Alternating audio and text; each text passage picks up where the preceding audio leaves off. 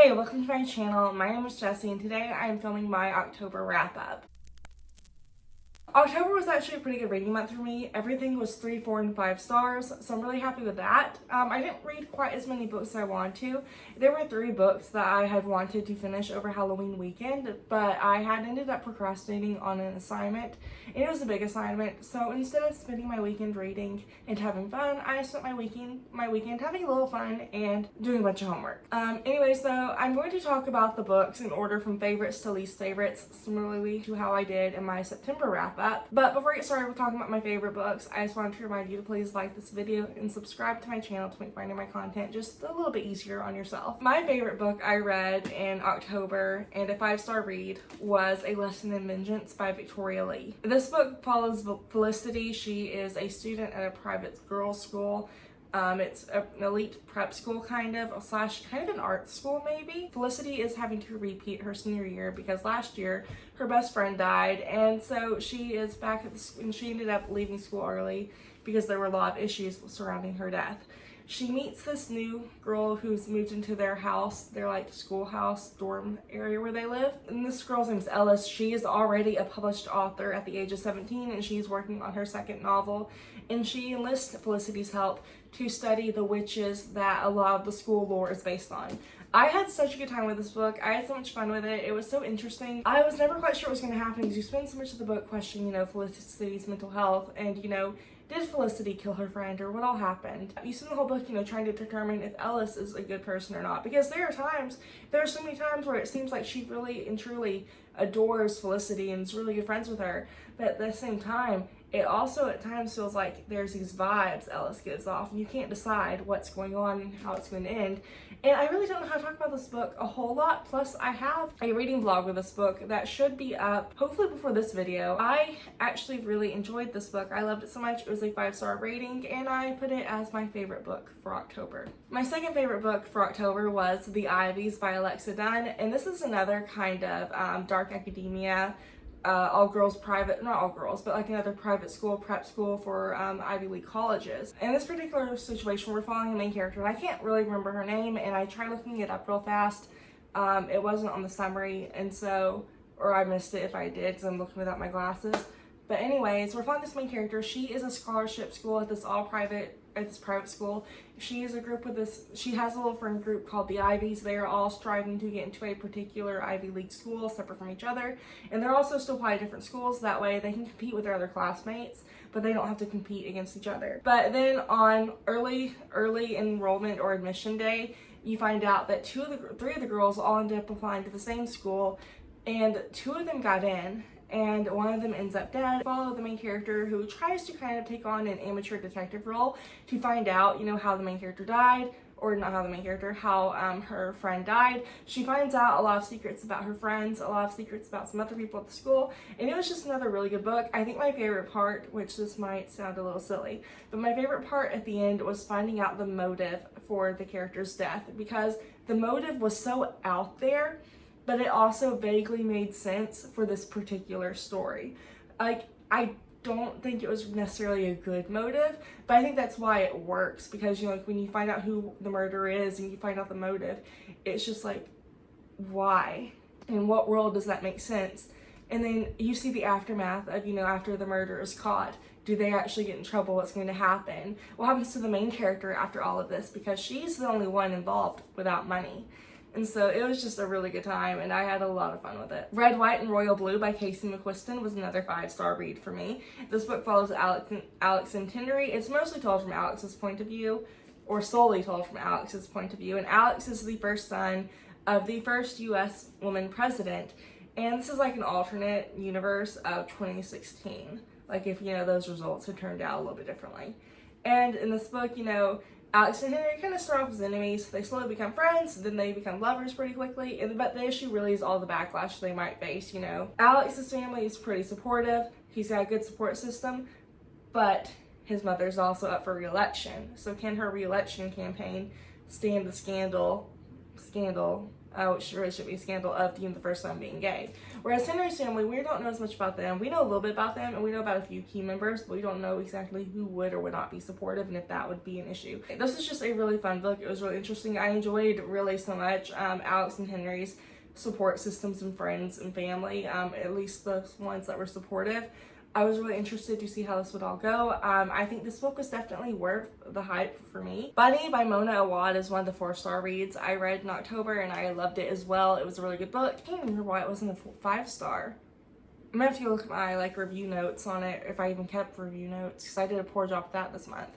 But I actually really enjoyed Bunny by Mona Awad as well. It was a 4-star read, as I've already said. It follows Samantha. She is a student at this, not really Ivy League, but a prestigious college, arts college or university, where she's working on her master's degree in, I think, creative writings. She's working on a master's of fine arts, and I think it's in creative writing. She is somehow in an all-female cohort, and there's this group of girls in her cohort who refer to each other as Bunny, and are very odd. They're very close-knit. They are very all over each other.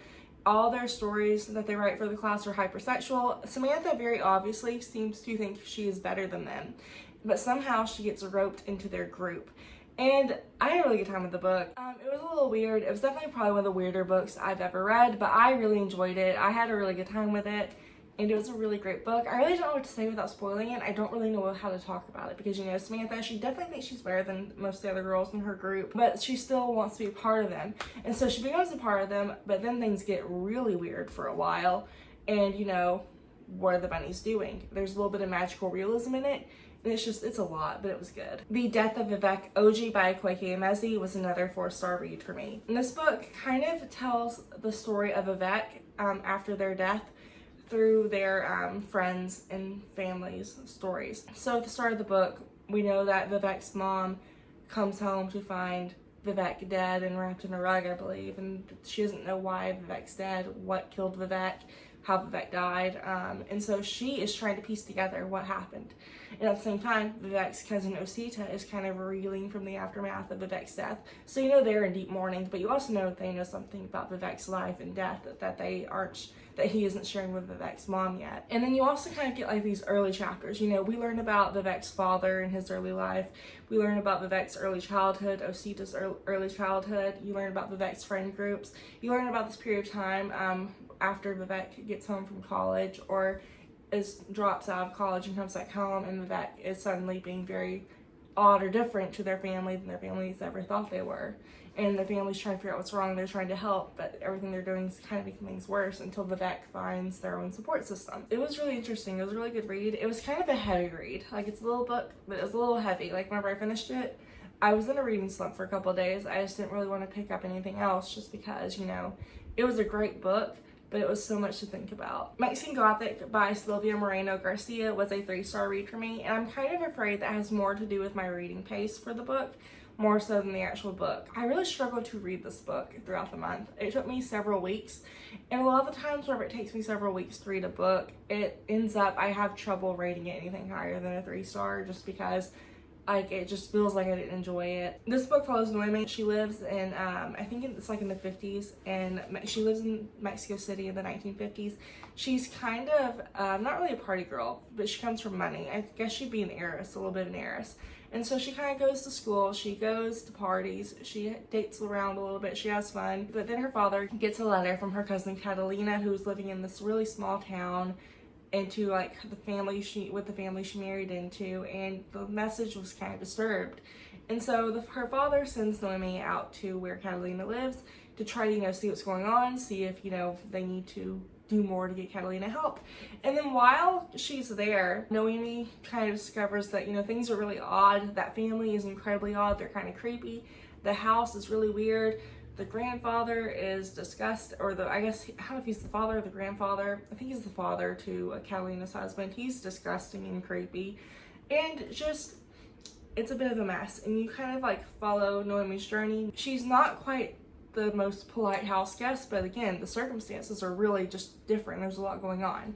And I think the issue is this book just took me so long to read. The beginning was so slow that by the time I got to the interesting stuff, I wasn't as interested in the book as I was at the beginning. So I liked it, but I really didn't enjoy it quite as much as I expected to. It was a good book. I think it was really interesting. I think a lot of people could like it, but it just wasn't a good pick for me. The Hating Game by Sally Thorne was also a 3-star read for me. The Hating Game follows Lucy and Josh, who are both assistants to the CEOs of 2 publishing companies that have recently merged together.